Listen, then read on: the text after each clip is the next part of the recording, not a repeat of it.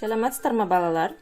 Біз үш өлшемді нысанды көп нәрсе үшін қолдана аламыз. Мысалы, сәндік үшін жүзік, білезік және тағы да басқа әшекейлер, технологияда телефон ұстағыш, телефонға арналған қабықшалар, ғылыми жобада робот, батарея деген сияқты көңіл көтеруге арналған ойыншықтар және де тағы да басқа бұйымдарды жасауға болады.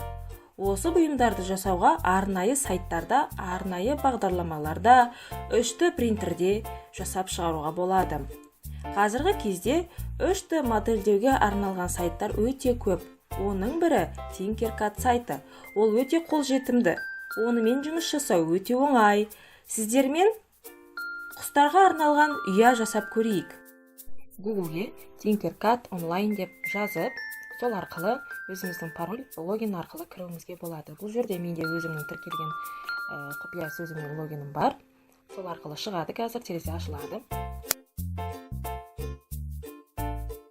Өзіміздің жаңағы тіркелген логиніміздің атауы шығады. Сол жағында создать проект деген батырманы басып, ол жерде шыққан жұмыс алаңы пайда болады. Сол жұмыс алаңының маңайында әртүрлі сызғыштар болады.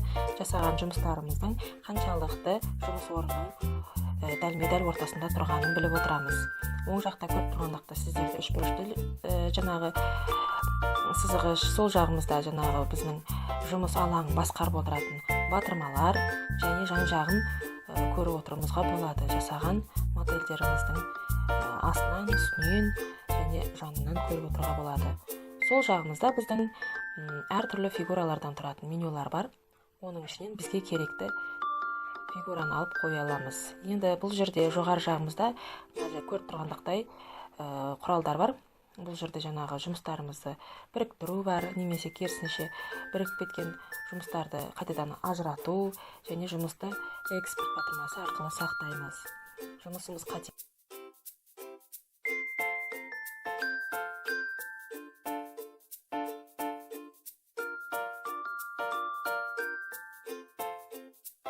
Енді қазір сіздермен оң жақтағы құрылғылардан бір модельді жасау үшін фигураны алайын. Төртбұрышты немесе шаршыны алып, осы жұмыс алаңына қоямын және оның әртүрлі мөлшерін жан-жағынан қарап, созатын созып, оңға қарай, солға қарай, оның биіктігін қарап, өзімізге керекті мөлшерде қойып аламыз. Және жоғарыда көріп тұрсыздар, екі шеңбер, бірі қызыл, бірі сұры. Ол қызыл түсті білдірсе, ал сұр ол отверстие дейді, яғни жасаған шаршымыздың іші қуыс болады. Яғни бұл жерде мен екінші шаршыны таңдап алдым тағы да. Екінші шаршыны бірінші шаршының ішіне қоямын. Яғни бірінші шаршымыз 1-2 миллиметрге үлкендеу болады. Ішіндегі шаршы кішіректеу болады. Қабырғаларының қалыңдығын әбден бірдей қылдырып алғаннан кейін жоғарыдағы группировать батырмасын басамын.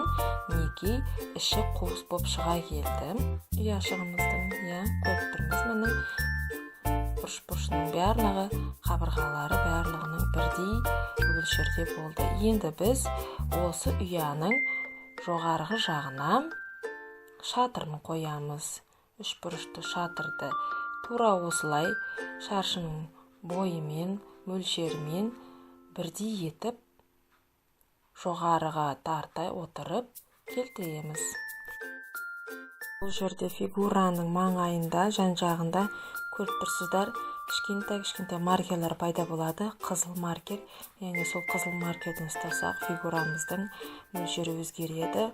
Ортасынан тігінен деген меңзер шығады. Сол меңзерді ұстап тұрсақ, осы шатырымызды жоғары қарай көтеруге болады. Енді шатырымызды қояйық та астындағы 4 қабырғаның мөлшерімен келтіріп аламыз.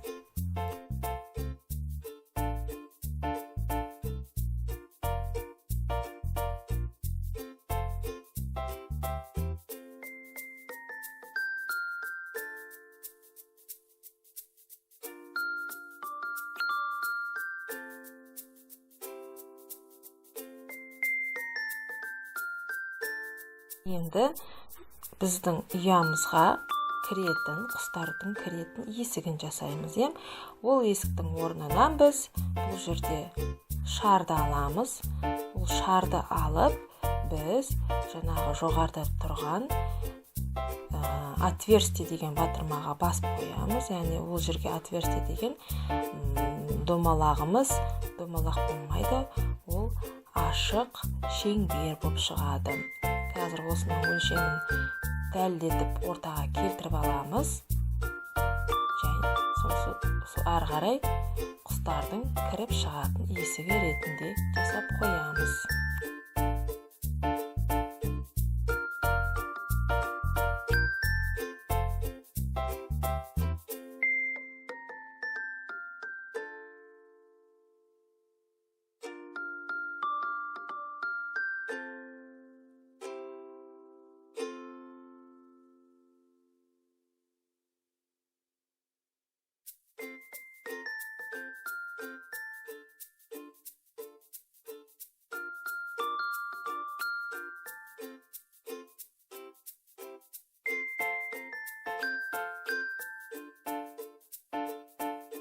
Жасаған үйшігімізді біріктірдік, группировайтқа бастық. Енді жаңағы сызғышты аламыз да осы жасаған ұямыздың өлшемін кішірейтеміз. Өйткені біз жаңа алдында үлкен мөлшерде алған болатымыз жұмыс істеуге ыңғайлы болу үшін. Енді осының биіктігі мен енін кішірейтіп аламыз.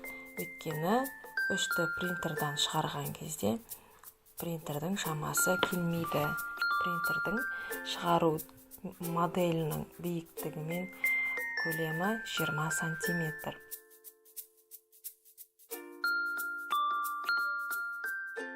Осы ұяның алдына құстар қона алатындай, яғни ұяның ішінен шығып дәндерді жеуге болатын мүмкіндік жасап, алдына терраса жасаймыз кішігіріп.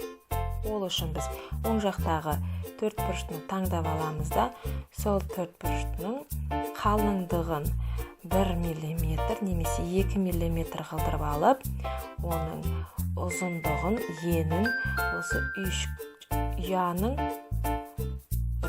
жаңағы берілген жасалынған ұяның өлшемімен бірдей қылдырып, астына қарай созамыз. Яғни ол созылған жері ұямыздың едені болып кетеді. Сөйтеміз да жұмысымызды тағы да осылай жоғарыдағы батырманы группировайтты басып, жасаған модельдерімізді біріктіреміз. Болғаннан кейін оны оң жақта экспорт деген батырманы басу арқылы STL деген форматты таңдаймыз және сақталатын орынды таңдаймыз компьютердағы. Сөйтеміз да ұя деп сақтап, оны 3D принтерден шығаруға дайындаймыз.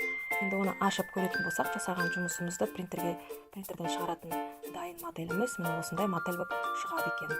Назарларыңызға рахмет, жасап көріңіздер.